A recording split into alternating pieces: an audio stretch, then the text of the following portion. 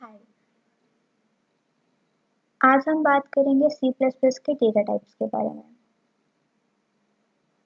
तो सबसे पहले बात होती है कि डेटा टाइप्स होते क्या हैं और यूज़ किस लिए होते हैं। ये बेसिकली इंफॉर्मेशन को रिप्रेजेंट करने के लिए यूज़ होते हैं। मतलब आप कोई भी आइडेंटिफायर लिखो, आप कोई क्लास बनाने की कोशिश करो, उसको नेम दो या आप कोई वेरिएबल को नेम दो, तो आप उससे पहले उसका डेटा टाइप लिखते हो। या आप कोई फंक्शन हो, जैसे मैं आपको एक फंक्शन लिख कर दिखाती हूँ। यहाँ पर मैंने लिखा void show this, ये कोई भी कोड, और ये बंद हो गया। तो इसके अंदर जो void है वो डेटा टाइप है।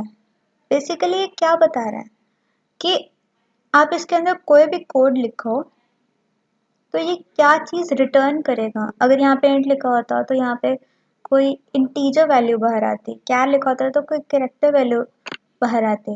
बेसिकली इसके अंदर मैं एक रिटर्न स्टेटमेंट डाल देती और कोई भी जो भी इसका रिटर्न टाइप होता है उसके अकॉर्डिंगली कोई भी चीज़ रिटर्न कर देती।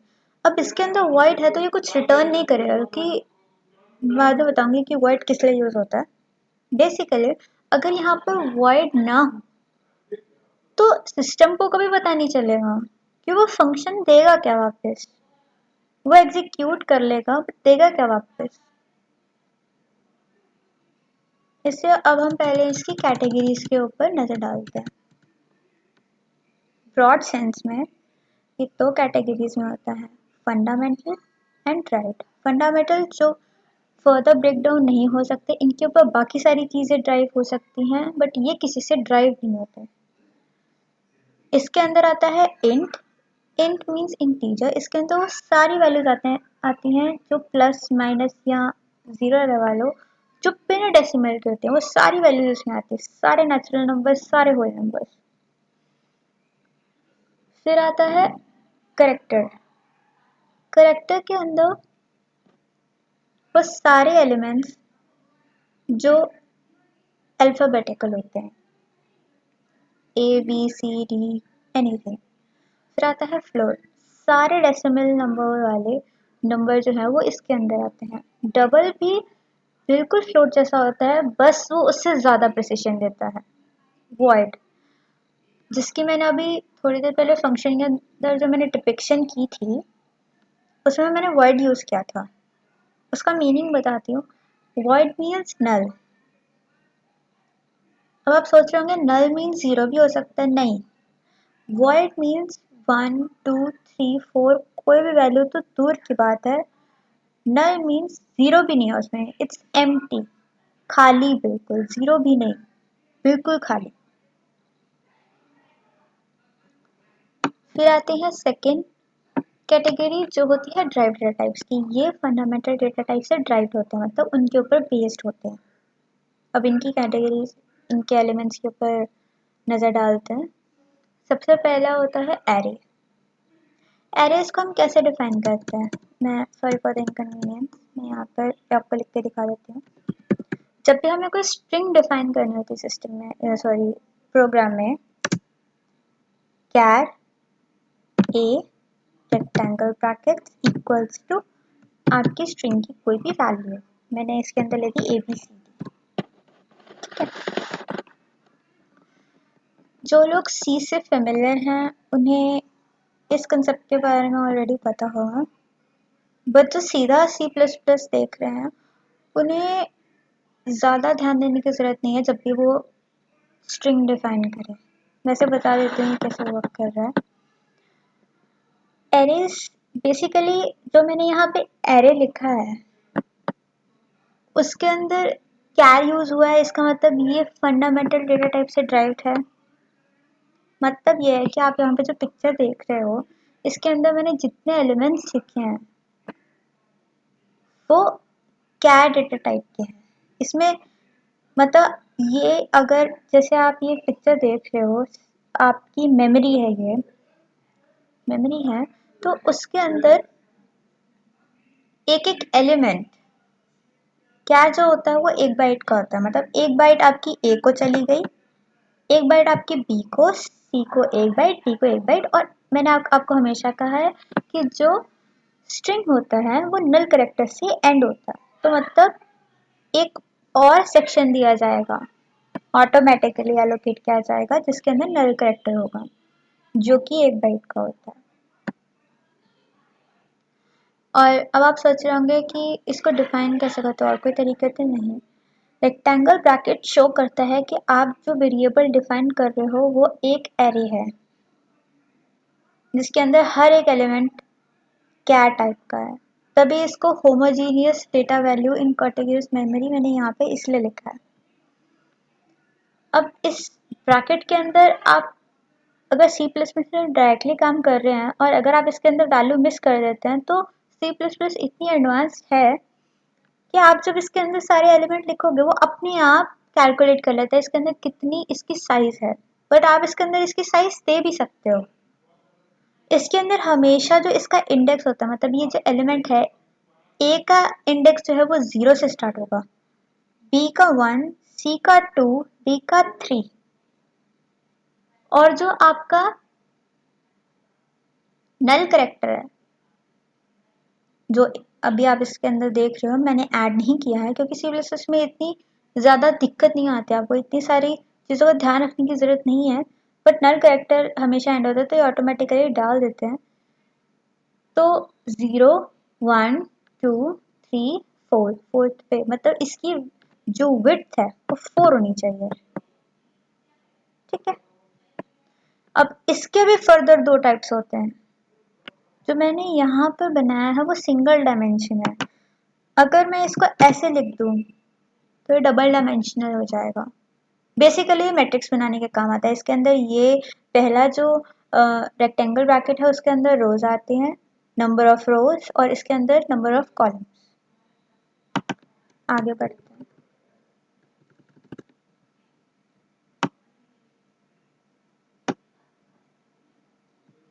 फिर आते हैं फंक्शंस। मैंने आपको ऊपर भी करके दिखाया था कि फंक्शंस कैसे डिफाइन होते हैं। प्रोटोटाइप बेसिकली एक डिक्लेरेशन होता है और फंक्शन की बॉडी जहाँ डिफाइन होती है उसे डेफिनेशन कहते हैं, फिर फंक्शन कॉल कर लिया जाता है। उसके बाद आता है पॉइंटर्स। पॉइंटर्स क्या होते हैं? मेमोरी एड्रेस में कोई भी वेरिएबल अगर स्टोर होता है, अगर मेमोरी में उसका एड्रेस अगर आपको किसी वेरिएबल के अंदर डालना है तो ये पॉइंटर्स उसके लिए यूज होते हैं। जब मैंने अपनी प्लस टू के अंदर सी प्लस प्लस पढ़ी थी, माई टीचर टोल्ड मी कि पॉइंटर्स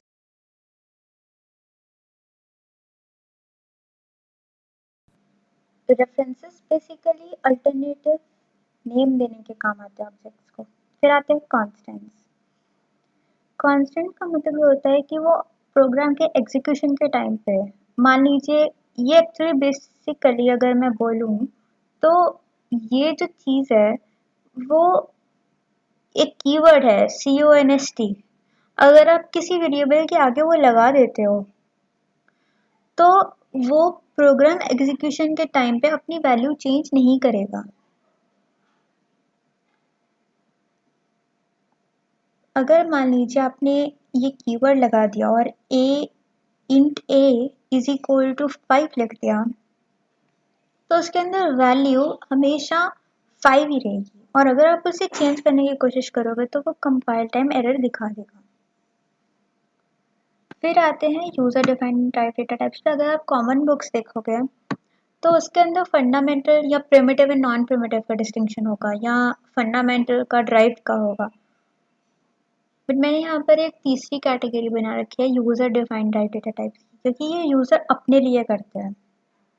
ये बेसिकली डिफरेंट डेटा टाइप्स को क्लब अप करने की बात है। इसमें बहुत सारे मतलब इंट, कैर, फ्लोट, मैंने तीनों एक ही चीज के अंदर क्लब कर दिया है, तो वो इसके थ्रू इम्प्लीमेंट किया जा सकता है। और इसके अंदर दो या नो 3 टाइप्स इसकी आती हैं। पहली होती है क्लास। क्लास ये इसका मैंने जो आपको वीडियो दिखाई थी उसके अंदर मैंने इसकी कोडिंग की थी, आप वो देख लोगे तो आपको समझ में आ जाएगा। फिर आते हैं स्ट्रक्चर। स्ट्रक्चर बिल्कुल क्लास जैसा होता है दिखने में और कोड करने में भी, बट बहुत डिफरेंस है, क्योंकि क्लास के थ्रू आप इनहेरिटेंस लगा सकते हो, पॉलीमॉर्फिज्म लगा सकते हो, बाइंडिंग, डायनामिक बाइंडिंग लगा सकते हो, बहुत कुछ कर सकते हो। बट स्ट्रक्चर के साथ वो बात नहीं है, वो ऑब्जेक्ट ओरिएंटेड पैराडाइम आप इम्प्लीमेंट नहीं कर पाओगे। इस चीज में वो काफी डिफरेंट है क्लास से। फिर आते हैं यूनियन पे। ये बेसिकली मेमोरी के साथ खिलवाड़ करने जैसा है। बेसिकली बात यह है कि मान लीजिए आपने एक ऑब्जेक्ट बनाया या वेरिएबल बनाया स्ट्रक्ट टाइप का, और उसके अंदर, उस स्ट्रक्चर के अंदर आपने 3 चीजें डिफाइन की थी, roll number, gender and marks.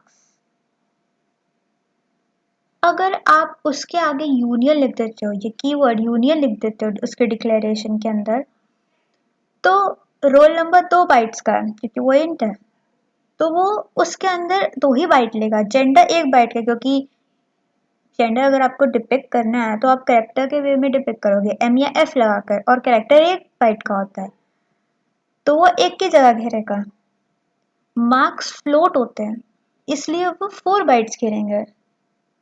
तो इस ऑब्जेक्ट को प्रॉपर कितनी मेमोरी मिली, अगर मैं इन्हें अलग अलग डिफाइन करती, तो 2 + 1 इज 3, 3 + 4 इज 7, तो मेरे को यहाँ पर 4 ब्लॉक्स नहीं 7 ब्लॉक्स दिखते हैं। बट अब मैंने इसके आगे यूनियन लगाया है, तो ये जो चीजें हैं ये अपनी मेमोरी शेयर करेंगे। इससे क्या फर्क पड़ता है कि मेमोरी बचती है, बात वही है। मतलब आप अपने स्ट्रक्चर के अंदर जो आपने डिफाइन किया है स्ट्रक्चर, उसके अंदर आप एक बात देखो कि आपने सबसे बड़ा बाइट जो ले रहा है वो कौन सा वेरिएबल डिक्लेयर करा है, मार्क्स, क्योंकि वो 4 टाइप का है। जेंडर उससे छोटा है क्योंकि वो 1 बाइट का है। रोल नंबर उससे छोटा है क्योंकि वो 2 बाइट का है। सबसे बड़ा क्या है, मार्क्स, क्योंकि वो 4 बाइट घेर रहा है। तो टोटल जो मेमोरी उसको एलोकेट करी गई है S1, यानी स्ट्रक्चर के वेरिएबल को जो मेमोरी एलोकेट करी गई है वो 4 बाइट्स की है। और एक टाइम पे आप एक ही चीज एक्सेस कर सकते हैं, या तो रोल नंबर या जेंडर या मार्क्स। अगर आपको तीनों चीजें एक साथ करनी है तो फिर आप उनको डिफरेंट डिफरेंट मेमोरीज में डालो, यूनियन में मत डालो, क्योंकि फिर उसको रेंडर करने में दिक्कत आती है। फिर आता है इन्यूमरेशन। आई एम सॉरी, मैं पहले बोल गई थी, इसके 3 सब टाइप्स है, नहीं 4 हैं। चौथा है इन्यूमरेशन। ये अपने आप के डेटा टाइप्स बनाता है, आपकी हेल्प करता है डेटा टाइप्स बनाने में और उनकी वैल्यूज डिफाइन करने में भी। बेसिकली वो इंटीजर वैल्यूज होते हैं, जैसे 1 2 3, ये अपने आप डिफाइन होती हैं। मतलब, और ये कीवर्ड के थ्रू इम्प्लीमेंट किया जाता है। ENUM करके एक कीवर्ड है, अगर आप वो वेरिएबल के आगे डाल देते हो, मतलब एक लिस्ट टाइप होता है, जैसे जैसे लगा लो आप कि